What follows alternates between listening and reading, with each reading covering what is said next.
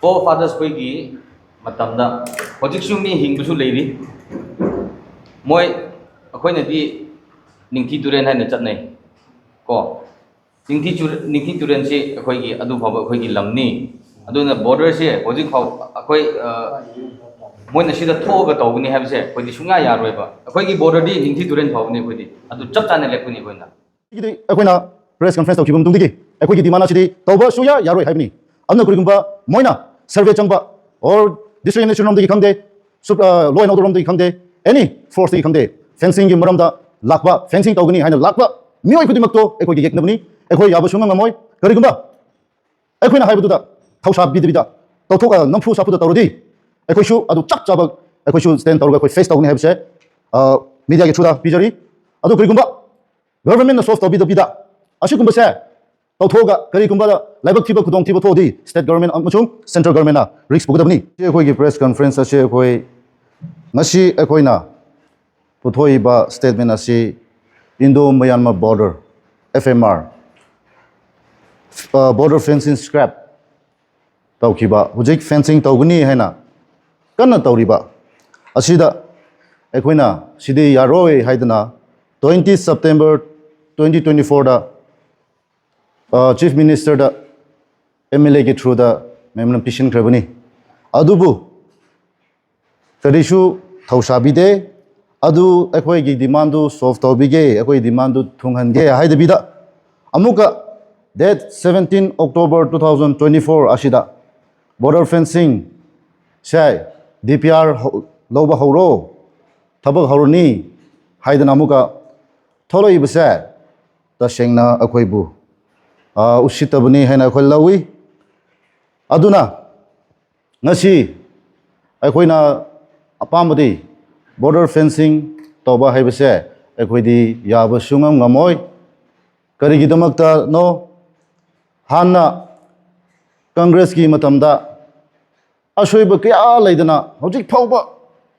problem asuk chauna leringai sida amuga handaki government BJP na third term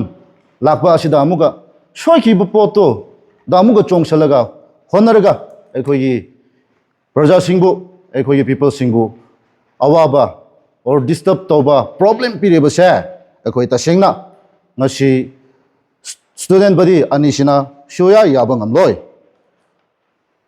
akhoi na dum khalo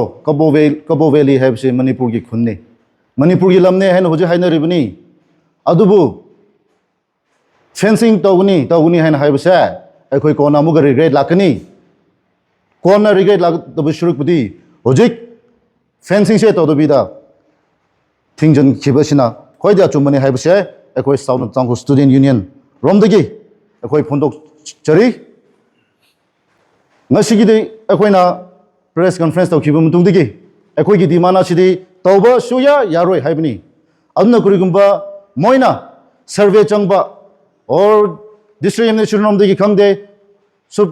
law and order romdagi khangde any force dagi khangde fencing gi maramda lakba fencing tawgani haina lakba mioi khudimakto akhoi gi yeknabni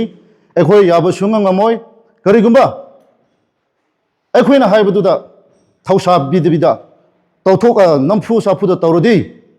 akhoi shu adu chap chaba akhoi shu stand tawruga akhoi face tawgani haibse media ge chuda pijari adu karigumba government na solve tawbida ashigumba se tawthoga karigumba da laibak thiba khudong thiba thodi state government amachung central government na risk pugadabni adu shi yengo nahangi 17 October 2024 da tholokpa cherol adu da yawbse chasat kamjong haine chasat kamjong district haina kadai da librane December 2016 da thokiba 7 district ration adu da kamjong district haina thokibni ne adu shida moina chasat kamjong district haina tholoi bisdi central government na state government na amuga lairiba akhoi adu da committee singbu lan amuga howningai chinbibra haibdo akhoi question tawni aduna akhoi yabang amoi